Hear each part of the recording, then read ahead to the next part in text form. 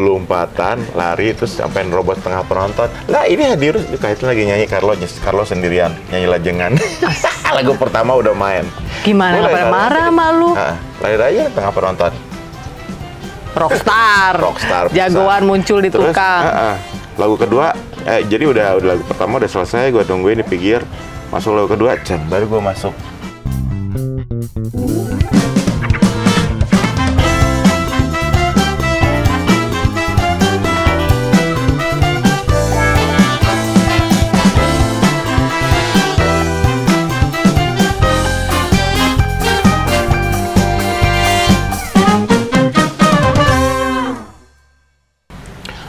Itu ngerasa sih pas gue masuk ke panggung gitu, terus anak-anak tuh yang kayak yang gimana sih, lu masuk terus orang-orang pada buang muka semua gitu, tapi nyanyi udah selesai pokoknya syuting itu selesai, tapping selesai, anak-anak marahnya ke ustadz gue karena waktu itu gue tuh udah ditemenin sama ustadz. Oh, ditempelin. Ditugaskan untuk nempelin. Udah beberapa bulan, tapi memang tugasnya nggak yang bukan ya niatnya udah berhentiin sih, cuman harus pelan-pelan kan, orang seperti itu kan treatmentnya nggak boleh yang didikte gitu. Mereka marahnya ke si Abah itu, Abah aku masih ya gitu. Ya gue mah di pojokan aja gini anteng, nggak punya rasa gitu. Nggak punya rasa. Bebal aja. Lu nggak merasa bersalah? Bersalah, tapi yang apa sih ya? Enggak. Iya, lebih ke bodo amat sih. Bersalah, tapi ya udah, apa yang terjadi aja. Emang gue kayak gini gimana gitu. Gue udah minta maaf. Oh, lu tetap minta maaf? Iya, cuman habis itu ya mau terjadi gimana ya terjadi aja gitu. Yang ngeluarin satu band atau keputusan satu orang? Bikin preskon kalau nggak salah. Besoknya bikin surat pernyataan bahwa Hedi Yunus diistirahatkan, diistirahatkan. Besoknya gue lihat di TV kok, di infotainment. Oh, jadi nggak dikasih tahu, tapi lu lihat di TV? Di infotainment, diistirahatkan. Hah? Oh gitu. Tapi guanya sambil nonton TV, ya udah. Lu nggak baper tuh? Nggak baper. Karena gue memang beberapa minggu depan gue mau rilis yang album yang solo yang gue persiapkan itu. Gue masih bisa solo gitu. Oh, masih ada sombongnya. Masih ada sombongnya. Maksudnya ya bebal. Cuman si Abah ini, ustadz gue itu yang menjembatani ya, tapi ya dengan kata-kata yang lebih bijaksana dan halus gitu kan untuk mengingatkan gitu.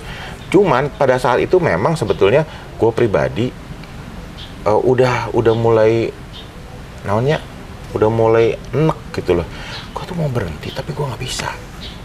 Karena selama masa pakai juga gue ada hati kecil tuh yang ngeberontak. Kan pertama kali gue pakai itu dijejelin sama teman. Itu yang gue mau tanya. Awalnya tuh lu bergaul sama siapa? Kok bisa? Yang nggak usah sebut nama. Temen, iya. Tapi maksudnya pergaulan apa itu? Kan di luar Kahitna berarti, di luar EMS, di luar apa gitu? Temen deket. Oh, temen deket. Oke. Dia di luar atau di dalam nggak tahu ya. Lu ngelihat dia make, terus lu kayak asa ngeunah gitu. Gue ngelihat di sekitar gue, mereka, lu pada ngapain sih? Karena gue tuh di dalam kamus hidup gue tuh nggak ada gitu-gitu. Minum aja gue nggak bisa. Iya. Minum aja gue tuh minum Kahlua Krim. Kahlua Krim itu kan minuman cewek. Gue pusing tidur di mobil. Padahal enak ya ice coffee gitu. Lu nggak bisa. Nggak bisa, pusing. Jadi dalam hati gue tuh, wah gue mah enggak ya gitu. Gue ke Fame Station segala macam kalau nyanyi itu yang dipesan kalau nggak orange juice atau soft drink atau fresh milk. Ya. Diketawain sama waiternya. Jadi emang enggak yang gitu-gitu nggak. Jaba banget imut gini, muka kamu imut. Terus dia mah hobinya Donald Bebek, ya kan? Iya, terus ke Donald Bebek kan? Iya dulu ya. Jadi pertama kali memang gue dijejelin sama sahabat. Ada 4 orang. Oke. Karena mereka lagi begitu gitu. Mereka lagi di dalam fase itu. Yuk ikutan yuk, cenah ke polo terus udah ini polo sebelum kebakaran dan sesudah kebakaran lu juara di situ kayaknya. Di situ. Terus gua lihat tuh mereka gitu ya. Aneh, meuli etan sia gitu. Enggak ini buat persahabatan kita lah cenah. Konteks lah, yang satu pegang ini, yang satu pegang air mineral, yang satu meluk gue gitu. Oh, Brotherhood. langsung sedotan masuk sini, minum air putih gitu. Anjir, cepet. Ini berasa apa nih, kayak gitu, kayak ganti darah gitu. Pokoknya udah turun ngikutin kita ya, nurutin kita ya. Nurut lah sama mereka yang dijagain segala macam. Terus kok rasanya gue oke aja ya, baik-baik aja ya. Pulang dari situ kok masih bisa nyetir, nggak yang bukan yang mabok gitu. Dari situ ngerasa nggak apa-apa. Ternyata besok-besoknya masih bisa nyanyi. Pada saat itu tuh 2 hari kemudian gue tuh ada syuting SCTV di Surabaya sama Denny Malik. Gue sebagai host acara buat majalah remaja apa gitu. Itu skrip panjang banget, opening sambil ada musik apa namanya, kayak ya musik di sekolah gitu, background upbeat gitu. Terus itu hari itu gue hafal skrip sepanjang itu, super zoom in fokus, super nggak pakai teleprom segala macam. Terus gue sambil think, lu jadi orang yang nyantai. Dari situ makin nggak kenapa nih, kok makin pinter ya. Jadi makin kayaknya nih malah dari Malik, gila lo cepet banget ngafalinnya, udah gitu lah santai banget gitu. Makanya ya kalau dengerin beat segala macam kan memang udah naluri segala macam. Tapi yang waktu itu yang jadi pemicu yang lebih itu adalah kok gue nggak kenapa-kenapa, ternyata nggak mengganggu kerja gitu. Udah. Lo berpikir itu harmless? Nah, udah aja. Iya, kayaknya oke aja. Ya udah, akhirnya jadi sampai ketergantungan setiap hari, sampai ketergantungan dan mengganggu. Kalau secara kesehatan mengganggu nggak? Waktu berhenti itu sempat ngecek organ-organ tubuh. Kalau dari sejarahnya tuh itu 1,5 tahun, berhenti 3 bulan, habis itu 3 tahun. Ya itu gue bisa berhenti dengan sendirinya. Karena gue ngerasa udah kayaknya ini tubuh gue udah kebal ya. Terakhir itu gue minum 13,5 butir. Alhamdulillah. Si Mas ya. Rusak ternyata ya muka ini orang ini ya. 13,5. 13,5 jadi dari malam Minggu sampai ke hari Senin subuh. Kok gua nggak jadi, nggak kenapa. Udah berhenti, bisa begitu. Nah yang 3 bulan kemudian berhenti, 3 bulan. Kamu nggak maut aja, itu anugerah ya, Tuhan. Makanya alhamdulillahnya tuh itu gitu, apa namanya, dijagain pisan. Abis itu 3 bulan sehat, masuklah fase si Sabu itu 3 tahun. Dan itu kalau yang Sabu itu gue emang ngerasa parah banget. Cuman itu doang gitu, tapi parah banget. Parahnya tuh sulit untuk keluar dari situ. Maksudnya ya yang tadi gue bilang gitu, selama masa pakai itu sebetulnya hati kecilku tuh nangis, menjerit gitu. Udahan dong. Ini tuh bukan gue gitu, ya Allah. Gue tuh cuman bisa, ya Allah, satu waktu pasti Engkau akan menolong aku, karena kalau misalnya aku untuk sendiri dengan tangan sendiri nggak bisa. Berarti hati lo udah berdoa tuh ya, sebetulnya udah minta tuh yang terdalam. Sering dalam hati gitu, lagi makin ya Allah, kapan ya gue bisa berhenti. Apalagi di beberapa bulan terakhir sebelum berhenti, ada hati kecil. Aku yakin, tapi entah kapan, karena kalau dari sendiri, gue nggak bisa. Ini tuh ketergantungannya sangat tinggi, gitu. Tapi katanya ada yang bantu lo, temen juga yang keluar dari situ akhirnya. Ada satu malam yang pas weekend, gue tuh ditelepon sama 2 sahabat deket gue gitu ya, makanya suami istri. Mereka yang gue yang jodohin lah gitu. Nah mereka lagi gaul gitu, lagi clubbing gitu. Mereka ada satu temannya mereka yang intel gitulah, polisi. Kasih tahu tuh sama dia, zaman waktu itu yang lagi kena tuh lagi Polo, Mas Doyok, lagi kena tuh 2000-an gitu. Dia ngeliatin gitu, Firly, Teteh, tolong kasih tahu tuh teman kamu ada di daftar TO, ada daftar TO. Itu langsung malam-malam telepon si tetehnya. Lu masuk daftar ya? Masuk daftar TO. Kalau malam-malam telepon, gue langsung, Teh, apa kabar? Udah nangis. Sekarang juga udah. Apaan Teh? Karena udah nggak bisa ngomong, akhirnya si suami yang ngomong, nih Firly, ya Fir, apa Fir? Gini. Ini nama mereka disebut nggak Bapak nih? Apa-apa. Ya. Gini, ini temannya Firly ada, ini dia ngingetin supaya, jadi please sekarang juga stop. Yang bisa dibuang, yang bisa dibakar, dimusnahkan. Tanam di tanah, bisa tanam di tanah. Pokoknya sekarang juga ya, di stop. Jangan nunggu 1 menit, 2 menit. Ya deh, terus masih teriak. Gue masih denger si tetehnya tuh yang cewek itu, karena emang kita deket banget gitu. Oh yaudah deh, salah satunya triggernya ya karena gue denger si teteh nangisnya sampai ngegaung-gaung gitunya gitu. Ini berarti emang udah parah gitu.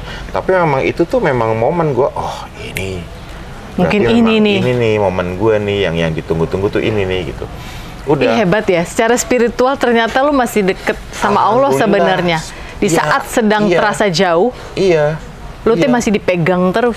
Iya, masih disayang dan masih diselamatin segala macam gitu kan. Udah akhirnya lu buang, bener, lu bakar, lu. Nah, tindakan tertolong adalah gue mau perpisahan. Dengan si barang-barang. Jadi gue dia mah ceritanya bikin gue deg-degan terus. Ya udah ini terakhir ya, gitu. Farewell party. Karena masih banyak, Neng. Masih banyak barangnya kan, gue kalau belanja kan 10G, 5G gitu. Asal lebar ya gitu. Yaudah deh, ini gue terakhir deh gitu. Serot gitu ya. Astagfirullah. Itu tapi berat gitu, selesai sendiri, nggak ngajak emang orang. Sendiri emang gue kalau itu sendiri kok. Nggak yang banyak gitu. Serot begitu selesai tuh tiba-tiba orang kayak apa namanya, kalau orang migrain kayak jarum. Selesai itu satu sedotan gitu kayak jarum nusuk sini, sakit ya Allah, sakit gitu. Tapi langsung, iya ini kali emang gue udah mesti selesai gitu. Lu mikir udah mesti selesai atau mikir gue bakal mati? Karena sakit banget. Gue mikirnya ya udah ini memang peringatan gue. Peringatan ya udah deh, gue udah mau ngapain lagi gitu. Ya udah akhirnya mati beresin semua. Hal yang pertama gue lakukan adalah hal yang selama ini gue selalu jaga, disayang-sayang gitu. Si barangnya gue masuk kamar mandi, gue flash gitu saat nih, ya tiba-tiba jadi berubah aja gitu. Maksudnya yang selama ini gue sembah lu, nih gue mati, masuk kloset, udah selesai itu. Sisanya gue beresnya barang-barangnya banyak banget, koleksinya banyak banget. Belum segala aksesorisnya kan? Aksesorisnya ada 3 kontainer kali. Sebanyak itu, astaga. Belum ada jadi hiasan dinding. Lu bikin hiasan dinding? Nggak punya otak. Terus yang dari botol-botol Donald Duck gitu, yang ada termos apa gitu, gue bolong-bolongin semuanya buat jadi selak.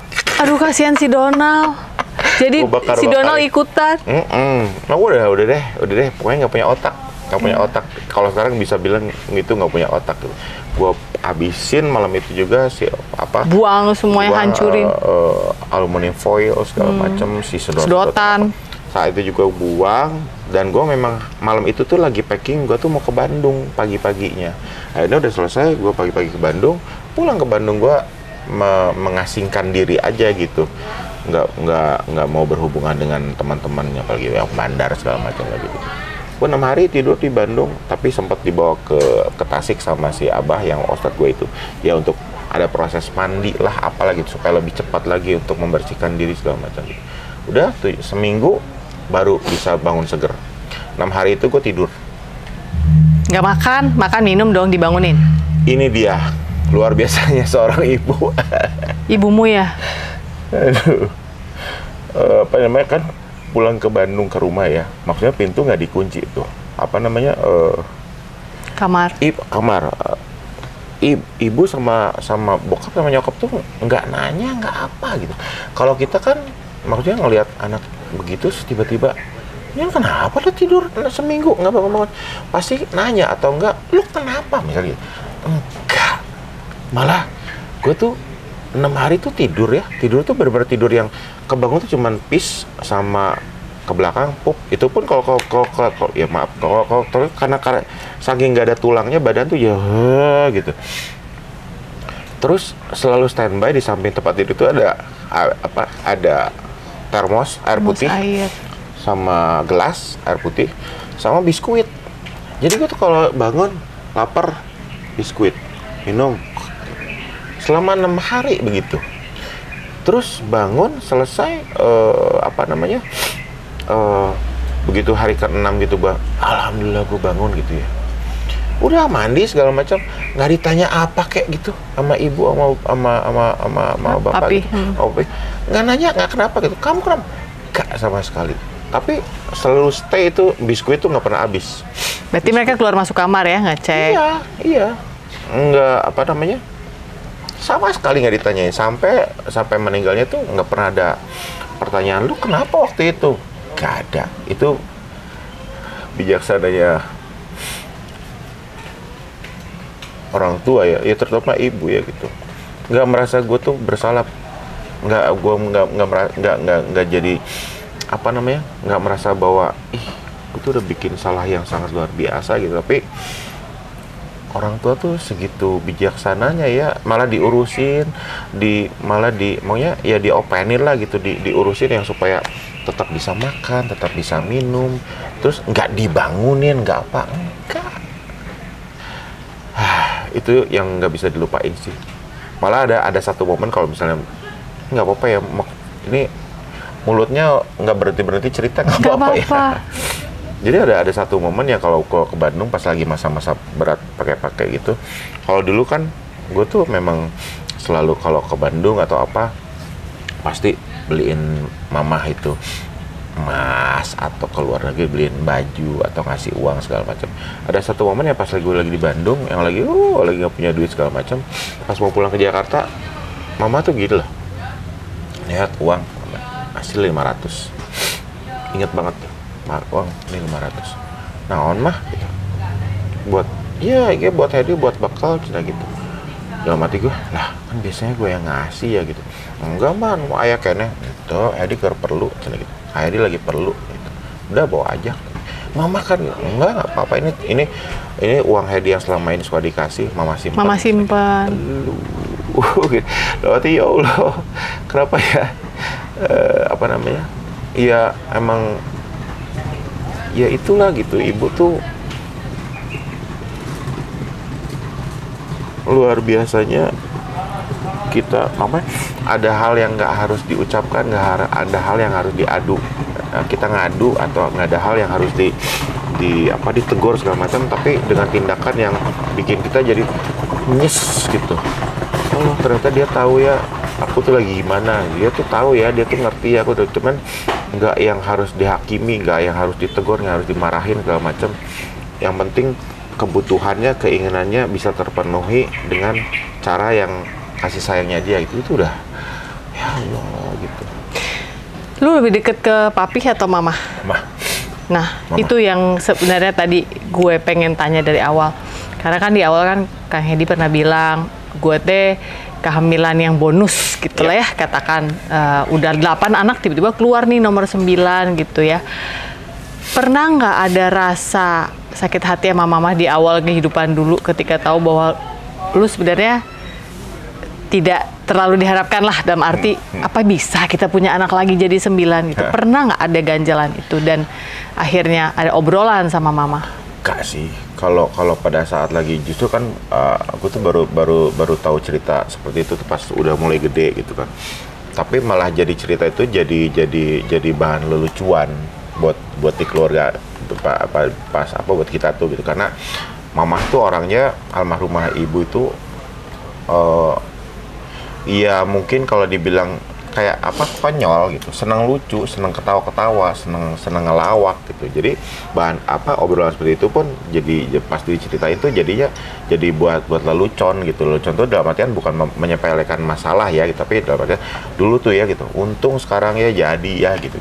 Ceritanya gini-gini. Jadi lu nggak ada sakit hati waktu dengar cerita sama sekali? Nggak ada, malah jadi dulu gitu ya, kan tetap jadi kan, jadi gitu-gitu aja gitu. Nggak karena itu lalu lu mencari jati diri di narkoba atau bukan ya? Enggak, Gitu sama ya? sekali enggak. Malah gue tuh ngerasanya kalau mama tuh ya sayang banget gitu.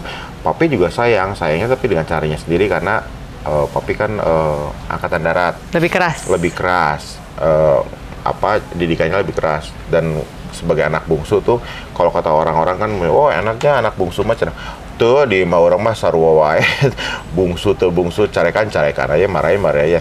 Nggak pernah didik dengan apa namanya ya, di kita juga di keluarga bukan materi yang sangat berlebihan, nggak, tapi maksudnya dari kecil gue tuh nggak pernah tuh punya sepatu yang namanya dulu ada apa namanya Nike, Adidas apa gitu, nggak pernah dibeliin itu. Kasogi ya kamu sepatunya? Aku ini naon ngaranna nu hideung ya Kasogi. Oh itu Warrior. Warrior. Bukan Warrior, sepatu Cenlung apa yang? Iya si Warrior yang Dragonfly, yang apa sepatu capung gitu kan? Kalau Warrior mah masih tinggi. Oh bukan yang tinggi. Allahu Akbar. Cenlung. Sepatu silat itu loh yang hitam yang paling murah.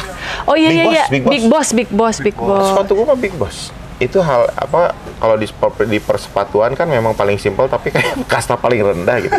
Gua selama sekolah sepatunya Big Boss. Sekali-kalinya gua karena nggak mampu maksudnya, karena anaknya banyak. Bukan, karena memang tidak pernah dididik untuk beli barang mahal. Berlebihan. Tapi nggak lungsuran dong. Nggak lungsuran, dibeliinnya gue, tapi ya mungkin kalau udah sempit banget baru dibeliin gitu. Nggak yang dimanjain dengan apa-apa gitu. Gue pernah beli sepatu Adidas karena itu uang tabungan gue, itu pun dikasih sama uak gitu.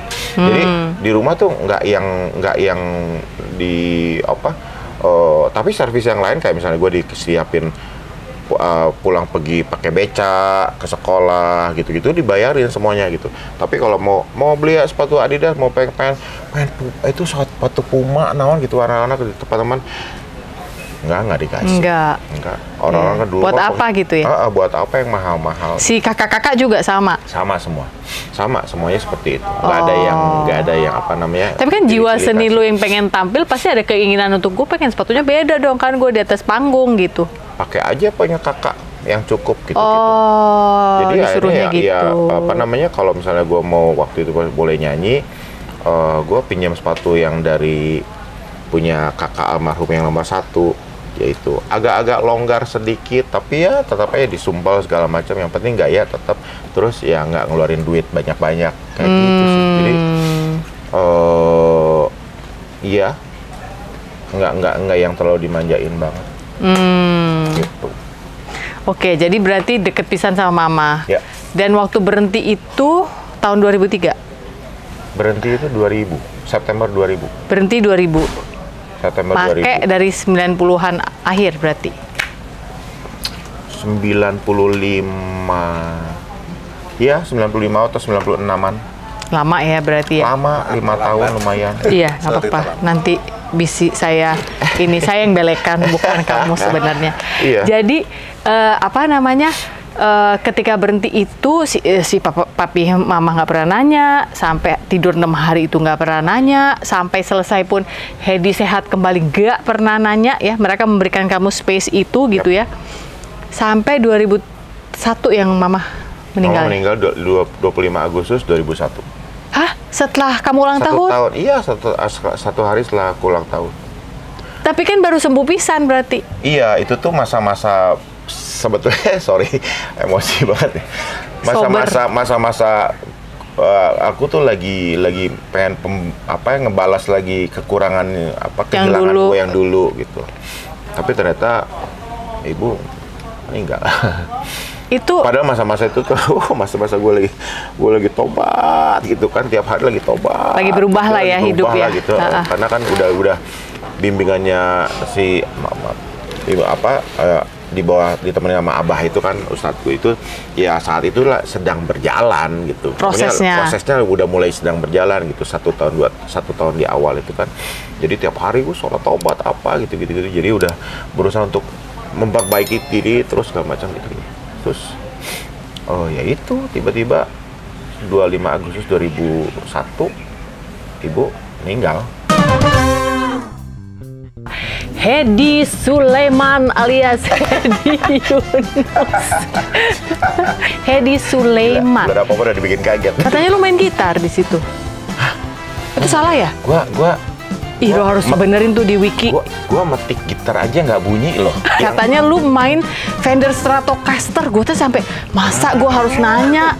Bener ayah di wiki. Orang mana wiki tuh? Wiki orang mana? Ayah si wiki di Pamengpeuk. Ya si wiki. Oke. Kalau pelajaran kesenian ada pelajaran nyanyi ke depan kelas gitu tuh, gue tuh paling harot. Your home is Kahitna. Ya, Bisa dibilang gitu nggak? Bisa dibilang begitu. Yang my home is Kahitna. Namun kenyataan membuktikan bahwa lu pernah dikeluarkan dari Kahitna. Dikeluarin dari rumah lu itu. Karena gue bandel. Ya gue lagi parah-parahnya sih waktu itu. Lagi make berarti Lagi waktu make itu. banget. Wah tidur, gue kunci pintu kamar. Las. Tuh hudang-hudang. Awalnya tuh lu bergaul sama siapa? Selama masa pakai itu sebetulnya hati kecilku tuh nangis. Cuman bisa ya Allah satu waktu pasti engkau akan menolong aku. Karena kalau misalnya aku untuk sendiri dengan tangan sendiri nggak bisa. Please head sekarang juga. Please sekarang juga stop. Gitu.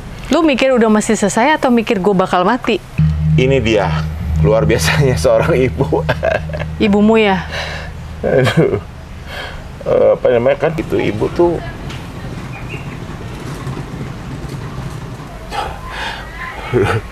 mama meninggal. Itu kenapa dia tahu ya gue lagi hancur gitu.